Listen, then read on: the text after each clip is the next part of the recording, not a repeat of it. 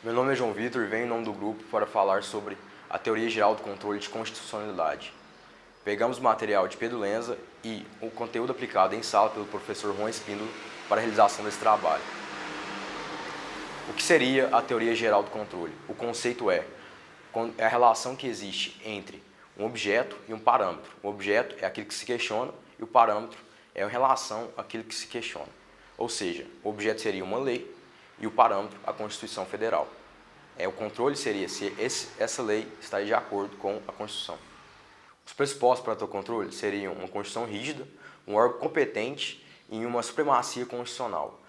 Constituição rígida é aquela que o processo de alteração dela é mais complicado que a formação de uma lei ordinária. E a supremacia constitucional seria que ela estaria no topo do ordenamento jurídico, ela seria o órgão máximo do ordenamento jurídico. Os elementos do controle são o objeto e o parâmetro. O objeto é aquilo que se questiona e o parâmetro é em relação àquilo que se questiona. O parâmetro é constituído pela Constituição, menos o preâmbulo, que não possui poder normativo, os tratados do artigo 5º e os princípios explícitos e implícitos. Essas três coisas formam um bloco de constitucionalidade. Bom, falando agora sobre o direito comparado, que é o estudo entre direitos de diversos países, falamos do modelo americano. O modelo americano ele é difuso, pois qualquer órgão do Poder Judiciário pode fazer o controle. Ele é incidental, pois o controle não é o objetivo inicial da ação. Eu entro com a ação não para fazer o controle diretamente, mas para mudar alguma coisa que, consequentemente, gera um controle de constitucionalidade. Ele é interpartes, pois vale apenas para as partes que participam da ação, não vale para todos. E é nula, pois a norma já nasce em desacordo com a Constituição. Ela recebe o nome de est tunc, porque retroage. Esse modelo foi constituído num julgamento entre Marbury versus Madison, em 1803. Em contraposto ao modelo americano, existe o modelo austríaco, que é concentrado, apenas num determinado pode fazer o controle. É abstrato, porque o objeto principal da ação é o controle em si.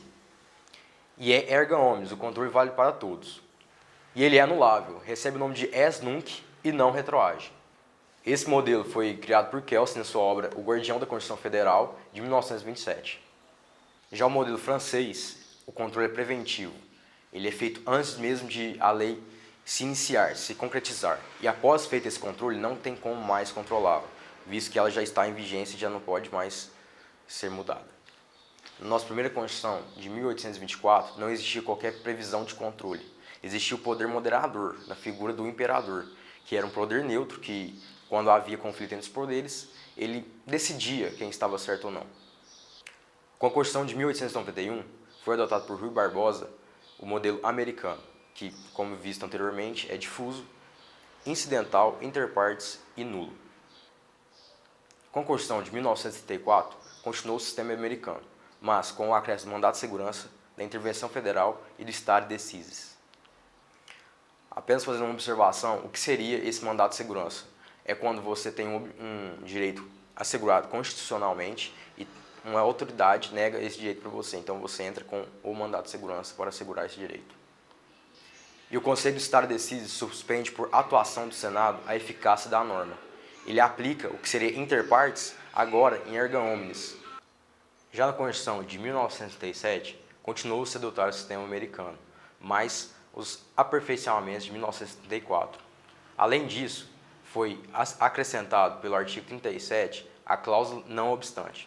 O que seria isso? Que após a declaração de inconstitucionalidade feita pelo Supremo Tribunal Federal, caberia ao Congresso, numa maioria de 2/3, se a cláusula seria aplicada não obstante a essa declaração de inconstitucionalidade. Vale a pena ressaltar que durante todo o período do Estado Novo, o Congresso estava fechado. Então, caberia ao presidente decidir ou não se seria aplicado não obstante a declaração de inconstitucionalidade. Com a Constituição de 1946, continua também o modelo americano com os aperfeiçoamentos de 1934, com um ressalvo.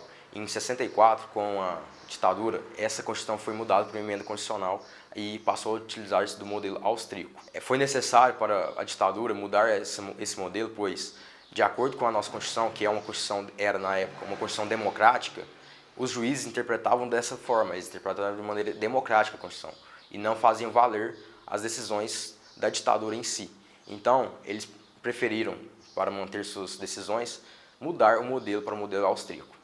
Com a Constituição de 1967/69, houve uma mescla entre o modelo austríaco e o modelo americano.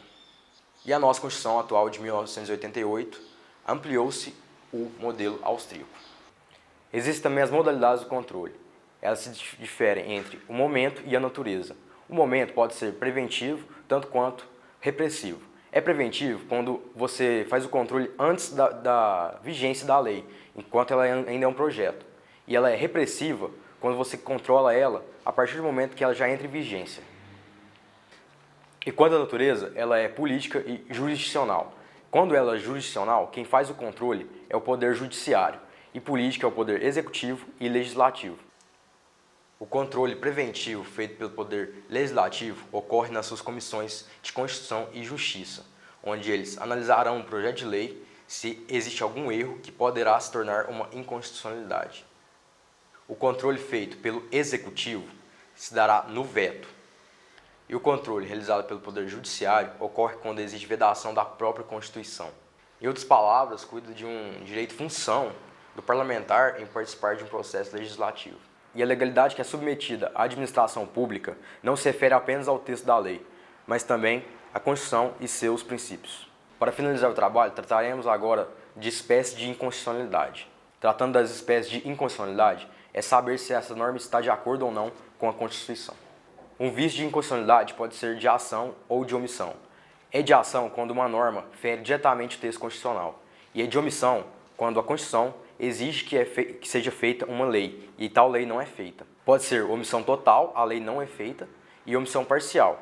A inconstitucionalidade também pode ser material e formal. É material quando o conteúdo da norma está incompatível com o conteúdo da Constituição Federal. A formal é na confecção da norma. Pode ser orgânica, propriamente dita, e na violação do pressuposto do ato. É orgânica quando o erro está em sua competência. É propriamente dita quando o erro faz presente no processo legislativo, no momento de liberação, de criação, enfim. E a violação do pressuposto do ato quando a norma é feita, mas sem o cumprimento de todos os pressupostos necessários. O vício também pode ser originário e superveniente. A norma, quando ocorre vício originário, é que ela já está de acordo com os pressupostos constitucionais desde o início da sua criação.